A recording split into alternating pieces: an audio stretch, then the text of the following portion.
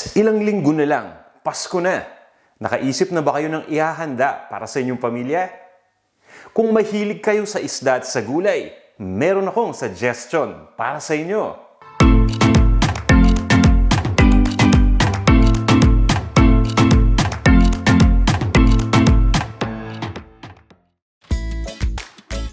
Welcome sa Panlasang Pinoy. Para sa ating special episode, magluluto tayo ng creamy at cheesy na baked salmon.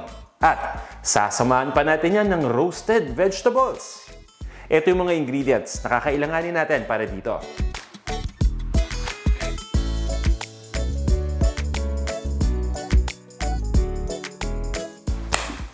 Kaya kung handa na kayo, tara na, sabayan nyo na ako magluto.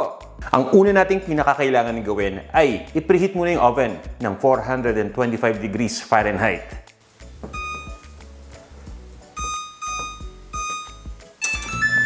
At guys, bago natin umpisan i-prepare yung mga ingredients, iimbitahan ko lang sana kayo na paki-check yung description ng video na to para malaman ninyo kung paano kayo makaka-avail ng discount sa Ladies' Choice at more products. Yan, check nyo lang yung description ng video ha. So eto na, i-ready na muna natin itong salmon. So meron ako ditong salmon fillet at kung makikita ninyo, tinanggal ko na rin yung balat. Okay? So panay laman na lang ito. So ang kailangan natin gawin dito ay aasinan lang to at lalagyan lang ito ng ground black pepper. Ito yung magiging pampalasa niyan. So gagawin natin ito sa magkabilang bahagi ng salmon ha.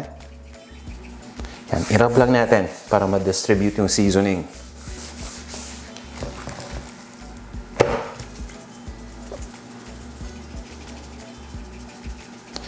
Yan, so okay.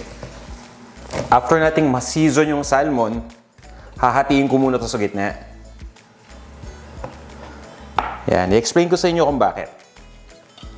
Itong salmon kasi, i-bake natin, di ba? Pero kailangan nating maging maganda yung texture nito on both sides. Kaya ipiprito natin itong maya-maya lang, pero mabilisang prito lang ha. Kasi kailangan natin itong i-bake, di ba?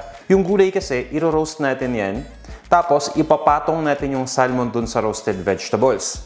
Ngayon, kung i-bake na natin yung salmon, hindi na natin ma-achieve yung magandang texture outside, di ba? Kasi nakapatong na nga siya sa gulay. So, wala nang direct heat na makaka-penetrate dito. And besides guys, no, yung taas naman ito, hindi rin to magiging direkta sa heat dahil may ilalagay tayo dito na creamy at cheesy na dressing. Yun yung magpapasarap dito sa ating salmon. So, yun yung explanation natin. So ngayon guys, once na nahiwa na natin yung salmon, papabayaan ko lang muna to na i-absorb yung seasoning. Itabi lang muna natin. At since nasabi ko nga na magpe-prepare tayo ng gulay, yun yung gagawin natin. So kumuha ako ng isang baking pan. At pagsasama-samahin lang natin dito lahat ng mga gulay. So meron ako ditong carrots. Ito naman yung broccoli. Okay, broccoli florets lang yung kailangan natin. Hindi na natin kailangan yung tangkay. Meron din tayo ditong long green beans. O yung Baguio beans kung tawagin sa atin. At meron din ako ditong bell pepper. Yan, pwede kayong gumamit ng kahit anong kulay na bell pepper. Nagkataon lang na dilaw yung gamit ko, pero tingnan nyo, kapag pinagsama-sama natin yung iba't ibang kulay, di ba? Ang ganda. Mas nagiging maganda sa paningin. Okay. So, paano ba natin kailangan i-prepare tong gulay? Simple lang. Kailangan lang natin dito ng ground black pepper. Yung parang ginawa lang natin sa salmon. Sprinkle lang tayo ng ground black pepper at ng asin. Yan, tamang dami lang ha. Huwag natin damihan masyado. Yan, haluin lang natin mabuti. Siguraduhin lang natin na na-distribute na yung mga seasoning sa lahat ng gulay. Yan, at pagkatapos, kukuha lang tayo ng extra virgin olive oil. I-drizzle lang natin. Yan lang. Huwag masyadong maraming oil ha. Tapos ituloy lang natin ang paghalo.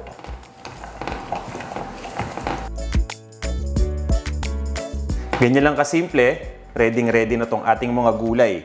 Ito yung una nating ilalagay sa oven para ma-roast o para ma-bake. Okay? So tatabi lang natin. Ngayon naman, ready na tayo para iprito yung isda. So pagdating sa pagprito, gagamit lang tayo ng olive oil. Papainitin lang natin. Kaya ako hiniwa kanina yung isda o yung salmon Ayan, di ba? Kanina ang ganda, laki na ba tiniwa ko pa? Kasi para magkasya dito sa ating pan. Kapag masyadong mahaba, medyo mahirapan tayo magprito at magbaliktad. Kaya hiniwa ko sa kalahati. So mukhang okay na itong mantika natin. Ilalagay ko na yung salmon para maprito. Ayan. Isa-isa lang yung pagprito natin.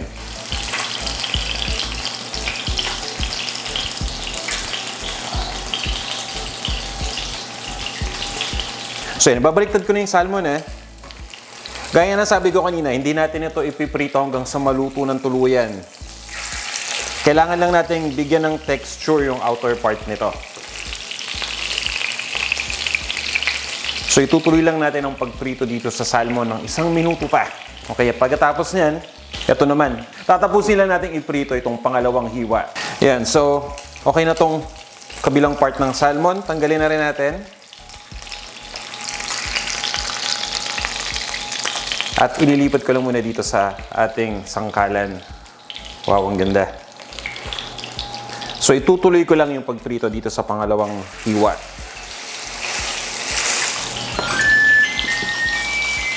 At yan, narinig nyo yun?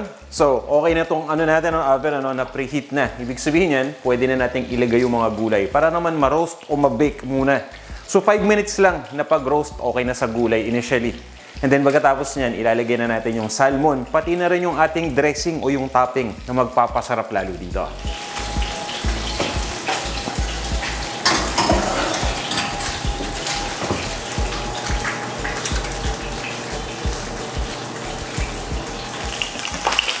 Alright. Babaliktad ko lang yung salmon. So once na maluto rin itong isang salmon, itatabi ko muna dito sa isang hiwa at pipigaan natin ng lemon. So guys, ready na itong salmon. At ito, pipigaan ko lang ng lemon. Yan, maglalagyan tayo ng lemon sa ibabaw. Ayan. So okay na to. At kung makikita ninyo dito guys, naglagay ako dito ng isang maliit na saucepan. So lulutuin na natin yung topping o yung dressing para dito sa ating baked na cheesy at creamy na salmon. Maglalagay lang ako dito ng all-purpose cream. At habang pinapainit natin itong all-purpose cream, so dapat guys nasa low heat lang tayo. Hindi natin to kailangan maging sobrang init. Maglalagay na ako dito ng cheese. So ito yung syempre cheese, no? Makakatulong para maging cheesy. Itong ating dressing. Yan, tapos i-turn off na natin yung heat. Okay? Hindi natin kailangan tong maluto ng sobra-sobra. Pinainit lang natin yung all-purpose cream nang sa ganun, matunaw kagad yung keso. Yan. Once na matunaw na yung keso, titimplahan naman natin. Ito talaga guys, yung madaling-madali lang pero nagpapasarap ng husto. So naglagay lang ako ng asin, ng ground black pepper. Maglalagay din tayo dito ng onion powder, okay? At ng garlic powder. Yan. At haluin lang natin. Ngayon guys, once na mahalo na natin ito mabuti, diba kapag sobrang creamy, nakakaumay naman yan, diba?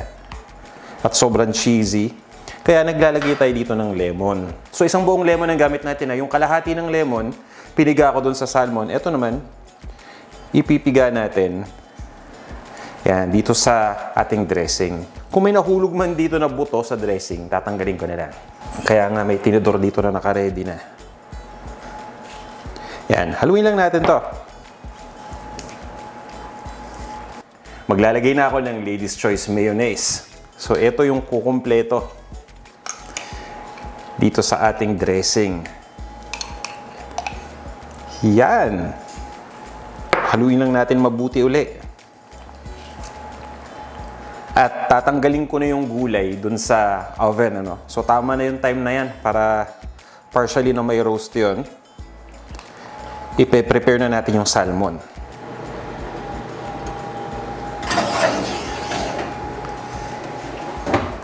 Yan. So ready na rin itong mga gulay.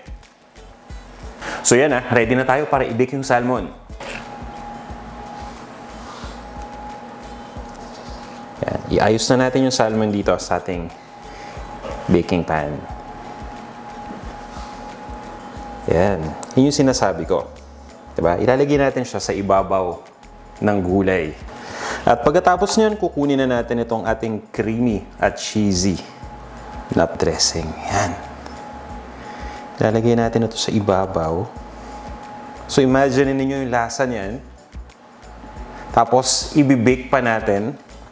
Tapos hahalo pa dyan yung lasa ng salmon. Wow, di ba? Yan. So isa-spread lang natin itong ating dressing. Di ba? Ayos na ayos. Yan, I think okay na to. Last na lang. Last pahabol. Ayan. So, ready na tayo para ilagay yung salmon sa oven.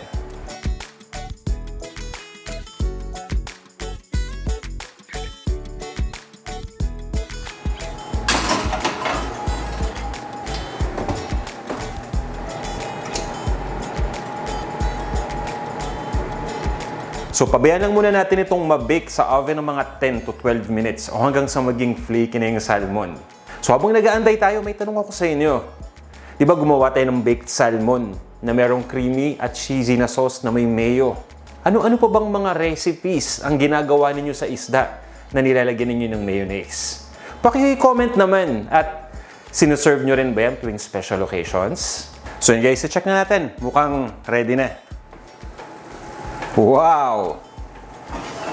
Look at that!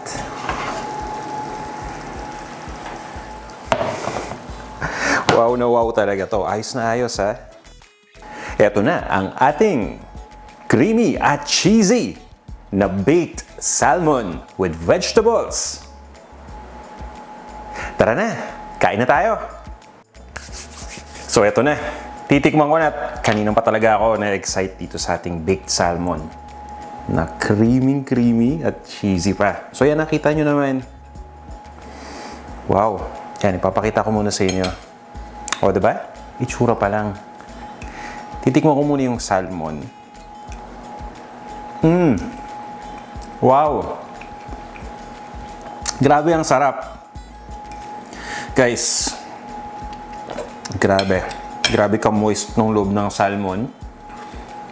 Ang sarap ng combination nung ating ginawa na dressing.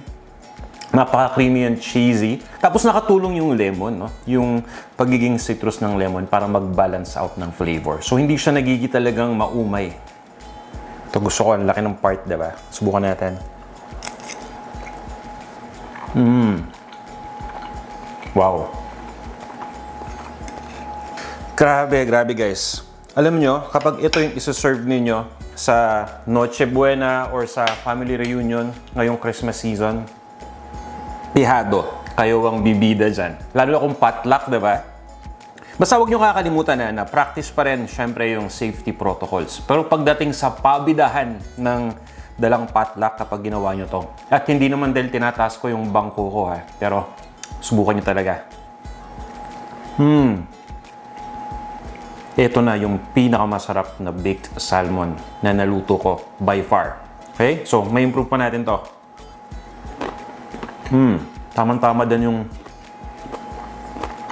pagkakaroast ng veggies.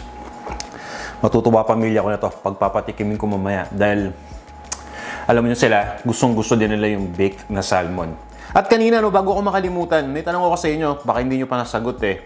So, tinatanong ko kanina kung meron ba kayong paraan ng pagluto ng baked salmon. Para naman marami tayong matutunan, di ba? Dahil alam naman natin na iba't ibang method ito. So, ano ba yung method mo?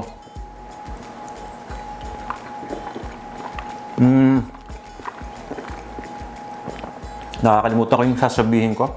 Kapag tinitikman ko na itong salmon, ang sarap talaga. So, eto nakita nyo na kung paano gumawa ng baked salmon na creamy at cheesy at moist na moist pa.